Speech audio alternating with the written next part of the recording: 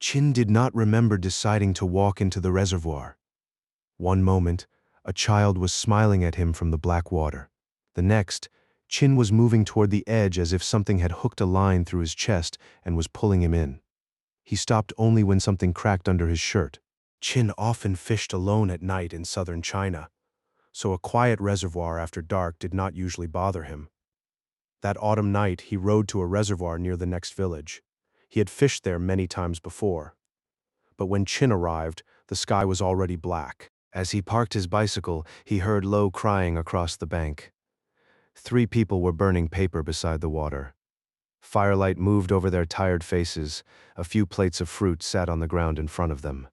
Chin watched for a moment, then looked away. It was not a festival or a holiday, but in the countryside, people had their own reasons for coming to the water after dark. He carried his fishing box to his usual spot.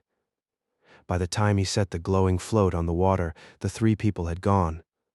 For nearly 3 hours, Chin caught nothing. Around 11, he heard rustling from the place where the paper had burned. A small figure was crouching there. Chin aimed his flashlight across the bank. He could make out a child eating the fruit left on the ground. When the light touched him, the child dropped something and ran. Chin almost laughed. He thought it was just a hungry village kid stealing offerings. He searched again. Nothing. No child. No footsteps. Only gray ashes shifting in the wind. Chin told himself the boy had hidden in the reeds. Then the reservoir made a heavy splash close to shore. Under the surface, beside his glowing float, a dark shape moved slowly. At first, Chin thought it was a big fish. He turned off the flashlight, tossed in more bait, and cast again. The float trembled, ripples spread. Then the dark shape rose. It was not a fish. A small head broke the surface. The child was facing him. Wet weeds hung over his forehead. His eyes were open. His mouth curved into a small, patient smile, as if he had been waiting for Chin to notice him. Chin fell backward onto the bank. The flashlight rolled from his hand and pointed straight at the water. In that pale circle of light, the child rose higher, first the head, then the shoulders, then one hand, reaching toward shore. Chin wanted to run, but his body did not listen.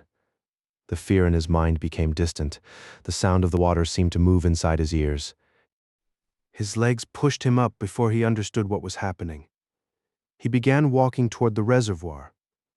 One step, then another. The child watched him without blinking. One more step, and Chin's foot would leave the bank, then something snapped. A sharp crack came from his chest, followed by a sudden sting of pain. Chin grabbed his collar. The small jade guanyin pendant around his neck had broken in half. His mother had given it to him years ago. Chin's head cleared at once. He realized he was standing one step from the water. He stumbled backward, grabbed his fishing box, and ran. Before leaving, he made the mistake of looking back. The child was still there. The smile was gone. His face had turned hard and resentful, like something angry that had missed its chance. Then he sank slowly beneath the surface. No splash followed. Chin left his bait, his line, and half his gear behind. He rode home without stopping. A few days later, he heard people talking at a roadside shop. A child from the next village had drowned in that reservoir not long before. The family had searched for days before the body was found. Chin did not ask the child's name. He did not want to know whether the 3 people burning paper had been relatives. He only knew one thing. Since that night, he has never gone fishing alone after dark. And whenever someone mentions that reservoir, Chin remembers the broken jade pendant in his drawer and how close he came to taking one more step. Some places look empty at night. That does not mean they are empty. And some stories from small towns survive only because someone came back just in time to tell them. Subscribe to Shadow Mist Files for more quiet mysteries, dark local legends, and unexplained stories people still whisper about after sunset.